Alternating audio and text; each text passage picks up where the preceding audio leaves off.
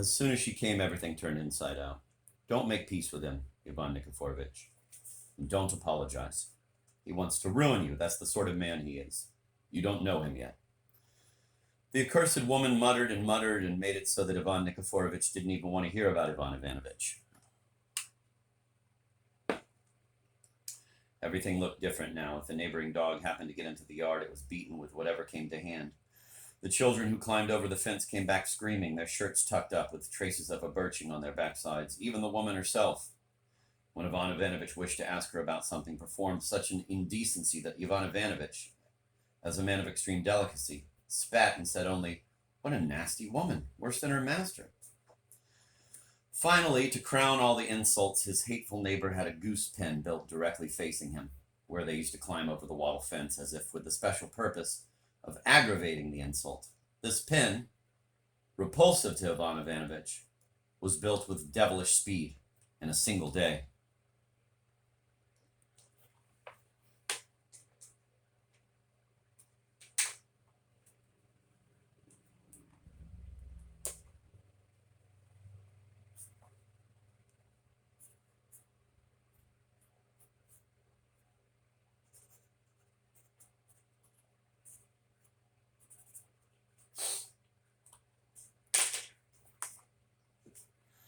This aroused anger and a desire for revenge in Ivan Ivanovitch. He did not, however, show any sign of irritation, despite the fact that the pen even occupied a portion of his land.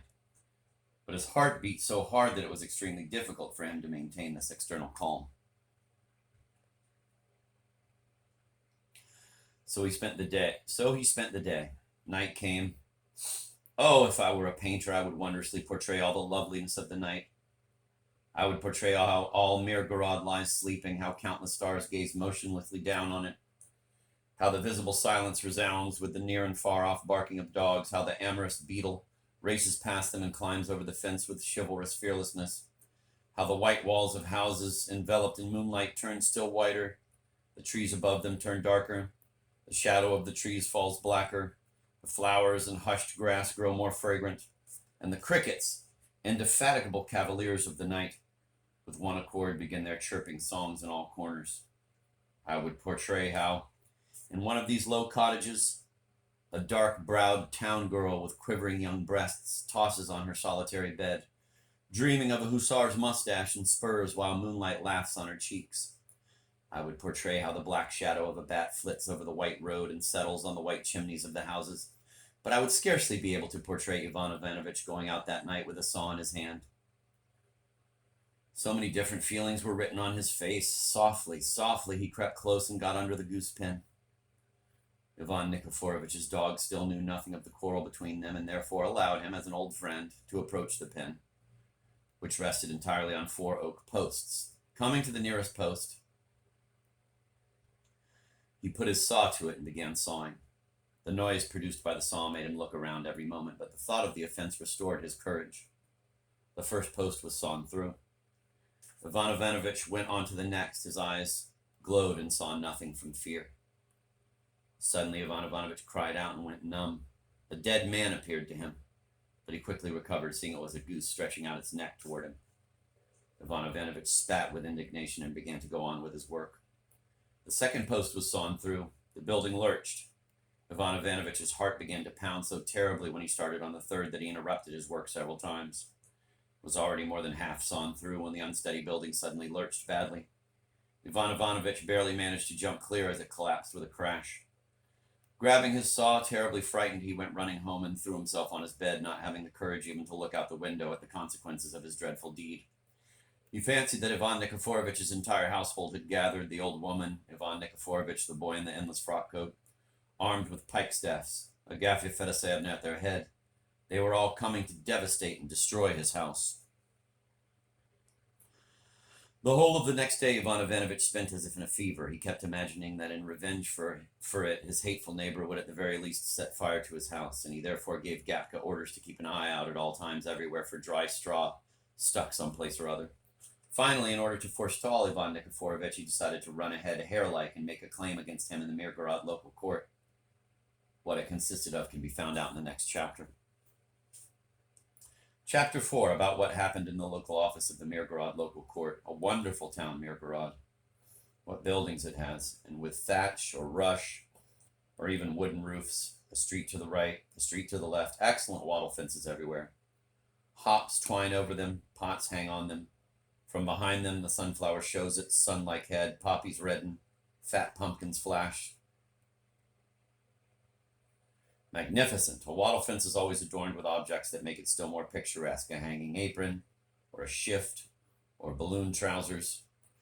In Mirgorod, there is neither thievery nor crookery, and therefore everybody hangs up whatever he likes.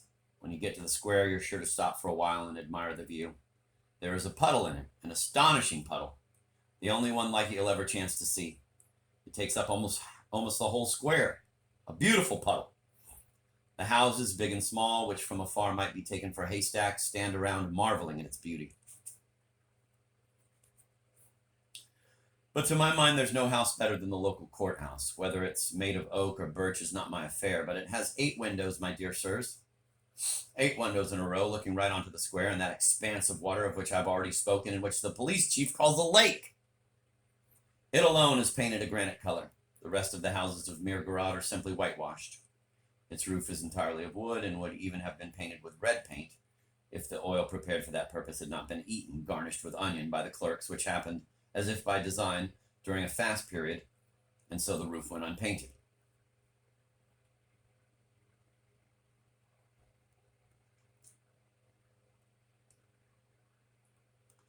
The porch juts out into the square, and chickens often run about on it, because there's almost always grain or something else edible spilled on the porch, though that is not done on purpose, but solely through the carelessness of the petitioners.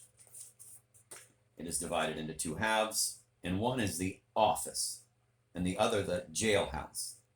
In the half where the office is, there are 2 clean, whitewashed rooms. One, the anteroom, is for petitioners. In the other, there's a desk adorned with ink blots, and on it, a zertsala. 4 oak chairs with high backs against the walls, iron-bound chests containing piles of regional calumny.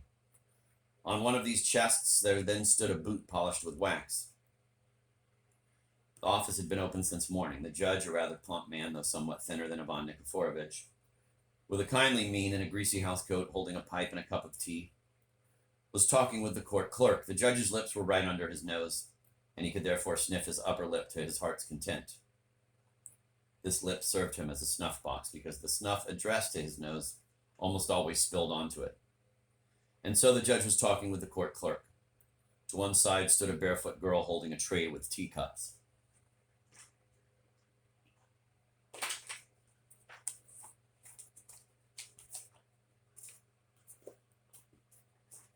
I'm going to switch from Plavir Volokonsky back to Constance Garnett, and I'm going to read that paragraph that I just read.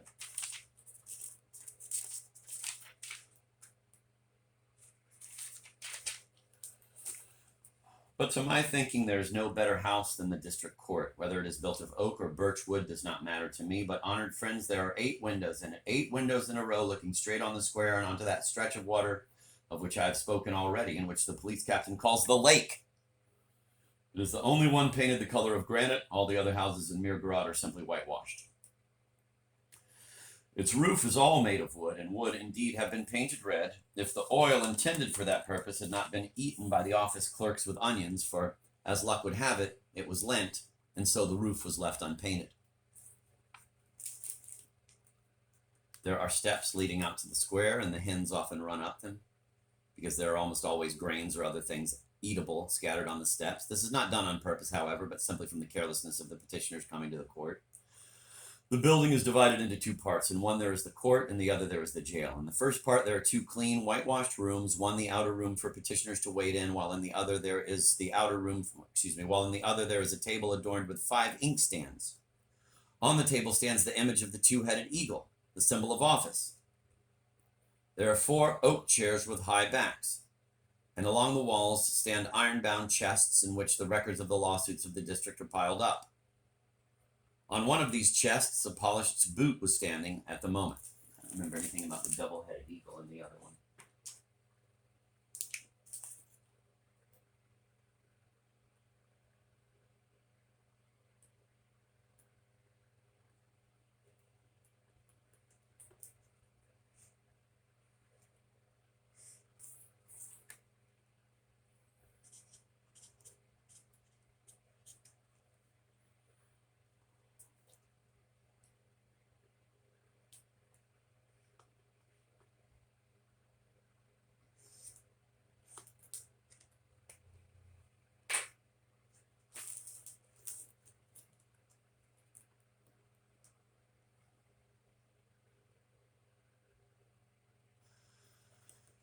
The court had been sitting since early morning.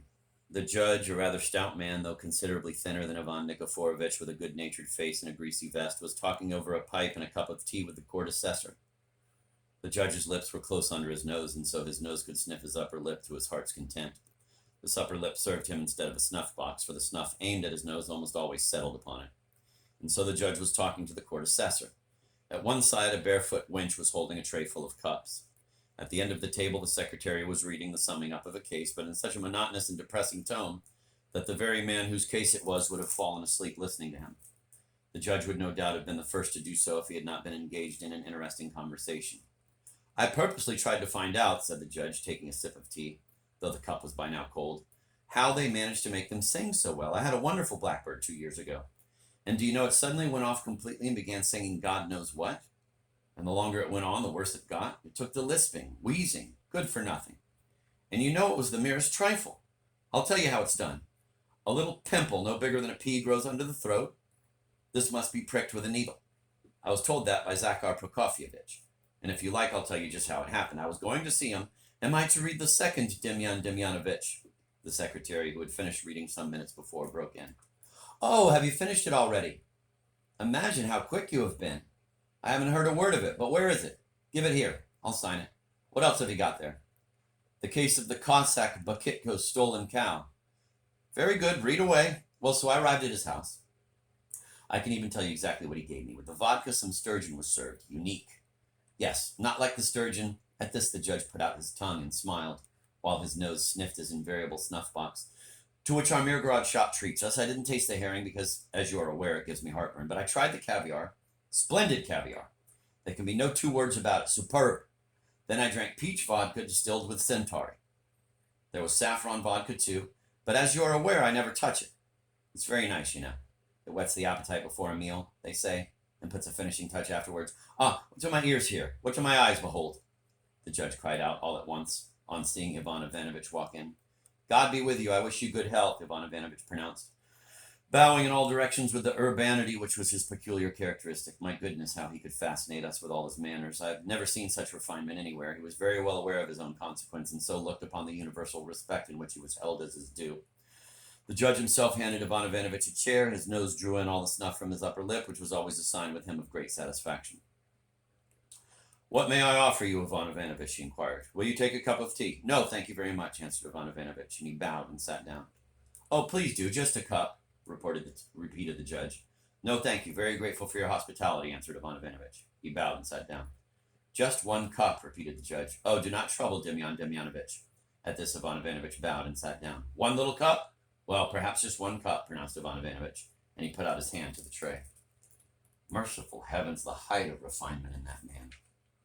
There is no describing the pleasing impression made by such manners.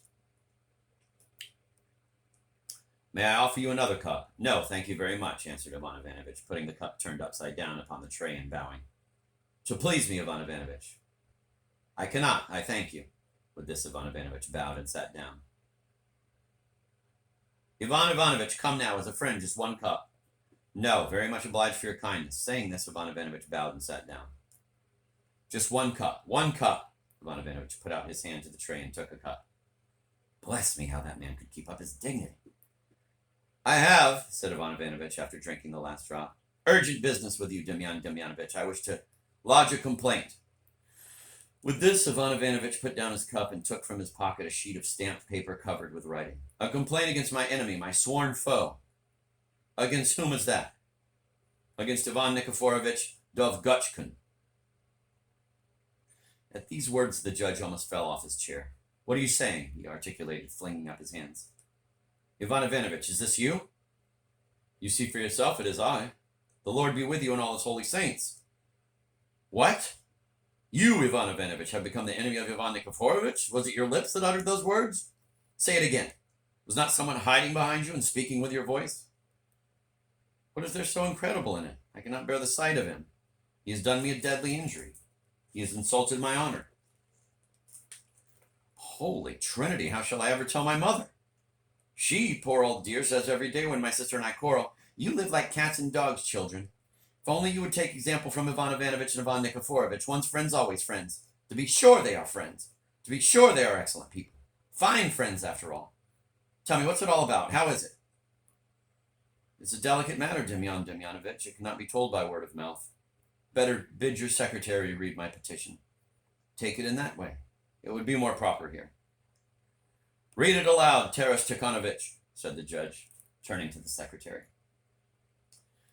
Taras Tikhonovich took the petition and, blowing his nose as all secretaries in district courts do blow their noses, that is, with the help of 2 fingers, began reading. From Ivan, son of Ivan Pereropinko, gentleman and landowner of the Mirgorod district, a petition, whereof the following points ensue. 1. Whereas the gentleman Ivan, son of Nikifor Dovkochun, notorious to all the world for his godless, lawfully criminal actions which overstep all bounds and provoke aversion, did on the 7th day of July of the present year, 1810, perpetrate a deadly insult upon me, both personally affecting my honor and likewise for the humiliation and confusion of my rank and family. The said gentleman is, moreover, of loathsome appearance, has a quarrelsome temper, and abounds with blasphemous and abusive words of every description. Here the reader made a slight pause to blow his nose again, while the judge folded his arms with a feeling of reverence and said to himself, "What a clever pen! Lord have mercy on us, how the man does write." Ivan Ivanovich begged the secretary to read on, and Taras Tikhonovich continued. The said gentleman, Ivan, son of Nikifor Dovkochun, when I went to him with friendly propositions, called me publicly by an insulting name derogatory to my honor, to wit, Gander, though it is well known to all the district of Mirgorod that I have never had the name of that disgusting animal and do not intend to be so named in the future. The proof of my gentle origin is the fact that in the register in the church of the 3 holy bishops, there is recorded both the day of my birth and likewise the name given me in baptism. A gander, as all who have any knowledge whatever of science are aware, cannot be inscribed in the register, seeing that a gander is not a man but a bird, a fact thoroughly well known to everyone, even though he may not have been to a seminary. But the aforesaid pernicious gentleman, though fully aware of all this, abused me with the aforesaid foul name for no other purpose than to inflict a deadly insult to my rank and station. Number 2, this same unmannerly and ungentlemanly gentleman has inflicted damage moreover upon my private property, inherited me from my father of the clerical calling, Ivan of blessed memory, son of Onissi Pereropinko, inasmuch as in contravention of every law he has moved a goose pen precisely opposite my front entrance, which was done with no other design but to emphasize the insult paid me, forasmuch as the said goose pen had till then been standing in a suitable place and was fairly solid. But the abominable plan of the aforesaid gentleman was solely to compel me to witness unseemly incidents, forasmuch as it is well known that no man goes into a pen, above all a goose pen, for any proper purpose. In carrying out this illegal action, the 2 foremost posts have trespassed upon my private property, which passed into my possession in the lifetime of my father, Ivan of blessed memory, son of Onissi Pereropinko, which runs in a straight line from the barn to the place where the women wash their pots. Number 3. The gentleman described above, whose very name inspires aversion, cherishes in his heart the wicked design of setting fire to me in my own house. Whereof unmistakable signs are manifest from what follows. In the first place, the said pernicious gentleman has taken to emerging frequently from his apartments, which he never did in the past by reason of his slothfulness and the repulsive corpulence of his person. In the second place, in the servants' quarters adjoining the very fence which is the boundary of my land, inherited by me from my late father, Ivan of blessed memory, son of Onissi Pereropinko, there is a light burning every day and for an exceptional length of time, which same is manifest proof thereof, inasmuch as hitherto through his niggardly stinginess, not only the tallow candle, but even the little oil lamp was always put out. And therefore I petition that the said gentleman, Ivan, son of Nikifor Dovkochun, as being guilty of arson, of insulting my rank, name, and family, and of covetously appropriating my property, and above all for the vulgar and reprehensible coupling with my name, the title of Gander, be condemned to the payment of a fine, together with all costs and expenses, and himself be thrown into fetters as a lawbreaker and put in the prison of the town, and that this my petition may meet with prompt and immediate attention. Written and composed by Ivan, son of Ivan Pereropinko, gentleman and landowner of Mirgorod.